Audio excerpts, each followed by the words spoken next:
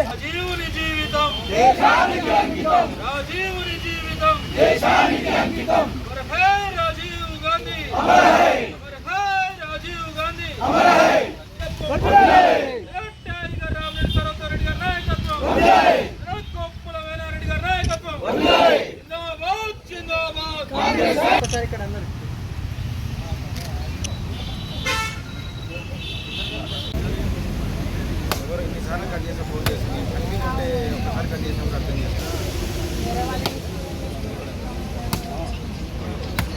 స్వర్గీయ రాజీవ్ గాంధీ గారి 80వ జయంతి పురస్కరించుకొని ఇక్కడ సూర్యాపేట పట్టణంలో వారి కార్యక్రమానికి విచ్చేసిన పట్టణంలోని ముఖ్యమైన కాంగ్రెస్ నాయకులకు, కౌన్సిలర్లకు అందరికి కూడా పేరు పేరు నమస్కారాలు.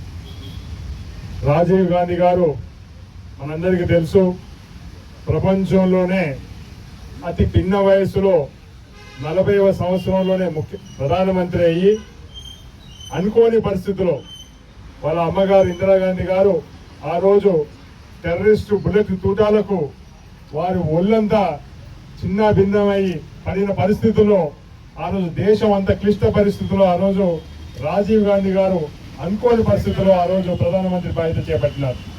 యువకుడైనా రాజీవ్ గాంధీ గారు ఒక మంచి ఆలోచనతోటి, ఎందుకంటే మీరు ఆలోచన చేయాలి, భారతదేశం ప్రపంచ దేశాల్లో అన్నిటికంటే మొట్టమొదటి దేశంగా ఉన్నది. అట్లాంటి దేశంలో యువకుడైన రాజీవ్ గాంధీ గారు పాత కొత్త ఆలోచనతోటి వారు ప్రధానమంత్రిగా బాధ్యత చేపట్టి ఎన్నో విప్లవాత్మకమైన నిర్ణయాలు తీసుకున్నారు. గ్రామ స్వరాజ్యం గురించి చక్రం నాగేశ్వరరావు గారు చెప్పారు. గ్రామ పంచాయతీలకు నిధులు ఇవ్వడమే కాదు, అదేవిధంగా యువతకి ఓటు హక్కును కూడా 18 సంవత్సరాలు తీసుకొచ్చిన ఘనత కూడా రాజీవ్ గాంధీకి దక్కిన సంగతి గుర్తు తీసుకొస్తున్నాం.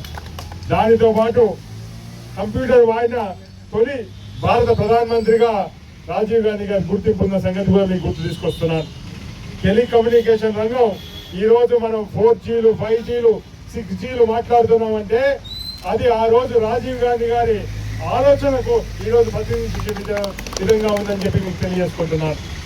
సంవత్సరాలు ప్రధానమంత్రి అయ్యి అతి పిన్న వయసు 5 సంవత్సరాల తర్వాత వారు 1989లో వారి ప్రధానమంత్రిగా కొనసాగి తర్వాత మీ అందరికీ తెలుసు దేశానికి కుటుంబం ఇందిరాగాంధీ గారు కావచ్చు, రాజీవ్ గాంధీ కావచ్చు, దేశానికి వారి రక్తాన్ని చిందించి కూడా భారతదేశ సమగ్రతను కాపాడిన గొప్ప నేత రాజీవ్ గాంధీ అని సందర్భంగా తెలియజేసుకుంటున్నారు.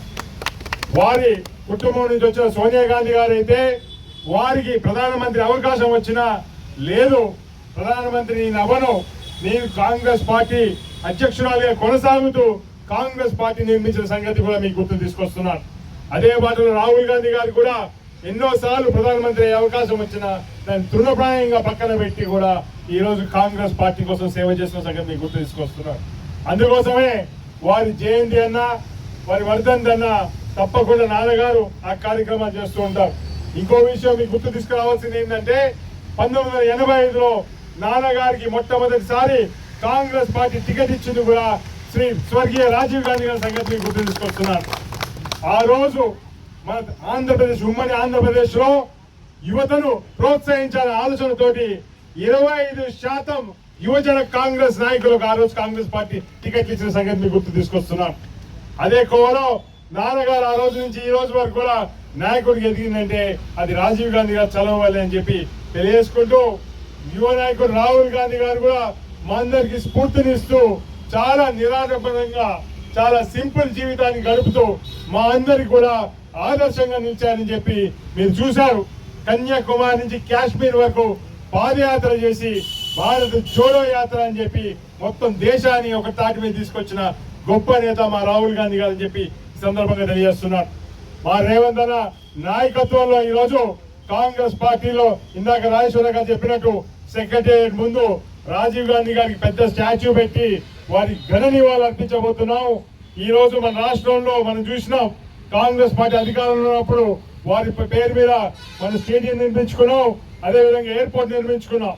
ఇక్కడ కూడా వేనన్న చెప్పినట్టు పట్టణంలో కూడా ఈ పార్కుని ఏదైతే కొంచెం నిర్మించాల్సిన అవసరం ఉంది, దీన్ని శుభ్రపరచాల్సిన అవసరం ఉంది, దాన్ని కూడా తప్పకుండా వెంటనే ప్రారంభిస్తామని తెలియజేసుకుంటూ మరీ ముఖ్యంగా అందరు కాంగ్రెస్ నాయకులందరూ కూడా ఇంత పెద్ద ఎత్తున వచ్చి మీరందరూ నివాళులర్పించినందుకు మీ పేరున మీ అందరూ ధన్యవాదాలు తెలియజేసుకుంటూ సెలవు తీసుకుంటున్నాను. జోహార్ రాజీవ్ గాంధీ గారికి, అమర్ హే రాజీవ్ గాంధీ, రాజీవ్ గాంధీ, రాజీవ్ గాంధీ. రాజీవ్ గాంధీ గారి జన్మదినం పురస్కరించుకొని ఈ కార్యక్రమానికి ముఖ్య అతిథిగా విచ్చేసిన మన అందరి నాయకులకు కూడా పేరున అందరికీ హృదయపూర్వక నమస్కారాలు తెలియపరుస్తున్నాను. మిగతా విషయాలు రాజీవ్ గాంధీ గారు భారతదేశానికి చేసే సేవలు ఏంటివో అవన్నీ కూడా మన సర్వోత్తమ గారు చెప్తారు. ఇక్కడ ఒకటి ఏంటంటే, గతంలో ఇక్కడ రాజీవ్ పార్కును కూడా దామోదర్ రెడ్డి గారు నాయకత్వంలో ఇక్కడ ఏర్పాటు చేయడం జరిగింది గతంలో. సరే, గడిచిన 10 సంవత్సరాల టీఆర్ఎస్ ప్రభుత్వంలో ఈ పార్కును కూడా అన్యాక్రాంతంగా దీన్ని మొత్తానికి కూడా కొంత కబ్జా గురి కాబట్టి కూడా దీంట్లో దురదృష్టం ఏంటంటే, ఈ కాంగ్రెస్ పార్టీ పేరు మీద పట్టగట్టిన వాళ్ళే ఈడ మరుగుదొడ్లు కట్టించారు. వాళ్ళ నాశనం కూడా అక్కడనే స్టార్ట్ అయింది. ఇది తప్పకుండా మున్సిపల్ అధికారులతో మాట్లాడి ఈ పార్కును తిరిగి పునరుద్ధరింపజేసి ఇక్కడ ఏమేమైతే కార్యక్రమాలు చేసారో వాళ్ళు అవన్నీ కూడా తొలగింపజేసి యథావిధిగా రాజీవ్ గాంధీ గారి వర్ధంతి సందర్భంగా ఆ రోజు వరకైనా దీని ఒక ఆర్డర్ తీసుకొచ్చే కార్యక్రమం దామోడి గారు చేపట్టబోతుందని తెలియజేస్తూ మిగతా విషయాలు పెద్దలు సర్వోత్తమ రెడ్డి గారు మాట్లాడారు. నాయకులు కార్యకర్తలు అందరూ కూడా పేరున నాయక నమస్కారం తెలియజేస్తా ఉన్నారు. మిత్రులారా, ప్రతి సంవత్సరం క్రమం తప్పకుండా రాజీవ్ గాంధీ వర్ధంతి జయంతి కార్యక్రమం అయితే మనం చేస్తూ ఉన్నాం. రాజీవ్ జ్యోతి యాత్ర మొన్ననే సూర్యాపేటకు వచ్చింది. ఆ రాజీవ్ జ్యోతి యాత్ర కూడా మన నాయకులు పెద్దలు రామిరెడ్డి దామోదర్ గారి సూచన మేరకు ఘనంగా స్వాగతం పలికి సూర్యాపేట పట్టణంలో వారి యొక్క స్ఫూర్తిని నింపే విధంగా పట్టణ వీధులలో వారి యొక్క జ్యోతిని తీసుకొని వచ్చి వారికి ఘనంగా స్వాగతంగా స్వీకరించి కూడా వీడుకోలు పలకడం జరిగింది. ఆ రోజు కూడా రాజీవ్ గాంధీ గురించి మనం చెప్పుకున్నాం. కానీ ప్రపంచ దేశాల్లో మేటి నాయకుడుగా ఉన్నటువంటి వ్యక్తి రాజీవ్ గాంధీ గారు. రాజీవ్ గాంధీ గారు గ్రామ స్వరాజ్యం కోసం పాటుపడిండు. గ్రామాలే పట్టుకొమ్మలు. ఈ భారతదేశం అభివృద్ధి చెందాలంటే గ్రామాలు బాగుండాలి, కమ్యూనికేషన్ వ్యవస్థ బాగుండాలి అని చెప్పి టెలిఫోన్ యుగాన్ని సృష్టించినటువంటి వ్యక్తి రాహుల్ గాంధీ గారు. అటువంటి వ్యక్తి చూపిన బాటలో రాజీవ్ గాంధీ గారు. అటువంటి వ్యక్తి చూపిన బాటలో మనందరం కూడా నడవాల్సిన అవసరం ఉంది. వారు ఇచ్చిన స్ఫూర్తిని మనందరం తీసుకొని కాంగ్రెస్ పార్టీ కార్యకర్తలందరూ కూడా ఈ యొక్క భారతదేశం రాజీవ్ గాంధీ ఏ విధంగా అయితే కలలు కన్నాడో ఆ కలలు కన్న వాటిని సాధ్యం చేయడం కోసం ప్రతి ఒక్కరూ కృషి చేయాలి. దానికి మనందరం చేయాల్సింది ఏంటంటే, తప్పనిసరిగా రాహుల్ గాంధీ గారిని వచ్చేసారి ప్రధానమంత్రి చేయడం కోసం కంకణ బద్దులై ప్రతి ఒక్కరూ పనిచేయాల్సిన అవసరం ఉంది.